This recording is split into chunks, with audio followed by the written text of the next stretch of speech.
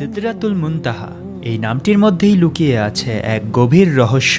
আরবিতে সিদরা অর্থ হলো কুল গাছ, আর মুনতাহা অর্থ হলো শেষ সীমা বা চরম প্রান্ত। অর্থাৎ এটি হলো সেই কুল গাছ যা অস্তিত্বের চূড়ান্ত সীমানাকে চিহ্নিত করে। এটি কোনো সাধারণ গাছ নয়, এটি স্থাপিত হয়েছে সপ্তম আসমানেরও ঊর্ধ্বে, আল্লাহর আরশের কাছাকাছি এক জায়গায়। এই স্থানটি এতই পবিত্র যে এর নিচ দিয়ে যা নেমে আসে তার উপরে যেতে পারে না, যেমন আল্লাহর আদেশ। আবার এর ওপর থেকে যা আসে তা আর নিচে নেমে আসতে পারে না, যেমন ফেরেশতাদের আরোহণ। এটি হলো সৃষ্টি এবং স্রষ্টার জ্ঞানের মধ্যবর্তী চূড়ান্ত পর্দা। আপনি কি জানেন, সৃষ্টির ইতিহাসে মাত্র একজন মানব সন্তানই এই সীমানার এত কাছাকাছি যেতে পেরেছিলেন? তিনি হলেন আমাদের প্রিয় নবী মুহাম্মদ সাল্লাল্লাহু আলাইহি ওয়াসাল্লাম। মিরাজের সেই রাতে যখন তিনি বোরাকে আরোহণ করে ৭ আসমান পার হলেন, তখন তার সফর সঙ্গী ছিলেন ফেরেশতাদের প্রধান জিবরাইল আলাইহিস সালাম। কিন্তু সিদরাতুল মুনতাহার কাছে এসে ঘটল এক অলৌকিক ঘটনা। যখন তারা সেই কুল বৃক্ষের কাছে পৌঁছালেন, জিবরাইল আলাইহিস সালাম হঠাৎ থমকে দাঁড়ালেন। নবীজি জিজ্ঞেস করলেন, হে জিবরাইল, আপনি কেন থমকে গেলেন? জিবরাইল আলাইহিস সালাম তার 2 ডানা গুটিয়ে নিলেন এবং বললেন, হে আল্লাহর রাসূল, এটিই হলো আমার শেষ সীমা। এর পরে আমি যদি এক চুলো অগ্রসর হই, তবে আল্লাহর নূরের তাজে আমার ডানা ভস্ম হয়ে যাবে। এই স্থান কেবল আপনার জন্যই উন্মুক্ত। এই দৃশ্যটি কল্পনা করুন, সেই মহান ফেরেশতা যিনি আল্লাহর বার্তাবাহক, তিনিও সেখানে থমকে দাঁড়াতে বাধ্য। আল্লাহ স্বয়ং তার পবিত্র কালামে এই অলৌকিক দৃশ্যের বর্ণনা দিয়েছেন।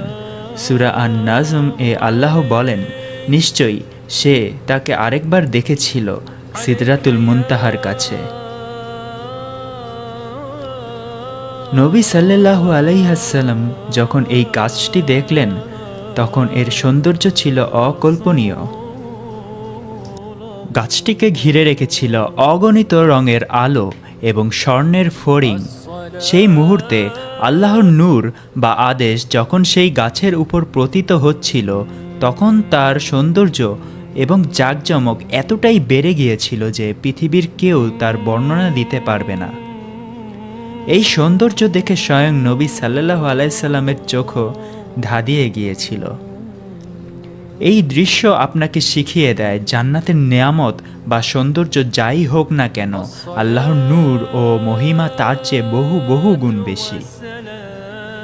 সিদরাতুল মুনতাহার আরও এক বিস্ময়কর দিক রয়েছে। এই স্থানটি হলো পৃথিবীর এবং জান্নাতের অলৌকিক নদীসমূহের উৎস।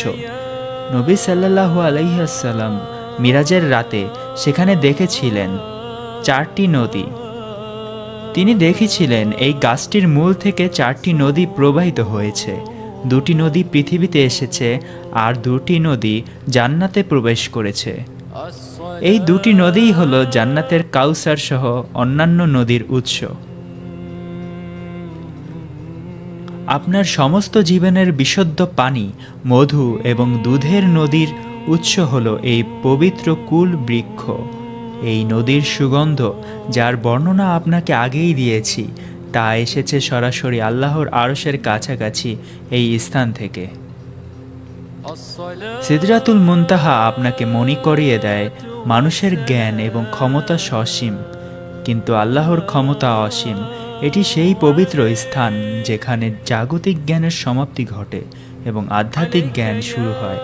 আপনি এখন জানেন, আপনার চিরন্তন গন্তব্য জান্নাতও এই সীমানার আলোয় আলোকিত হয়।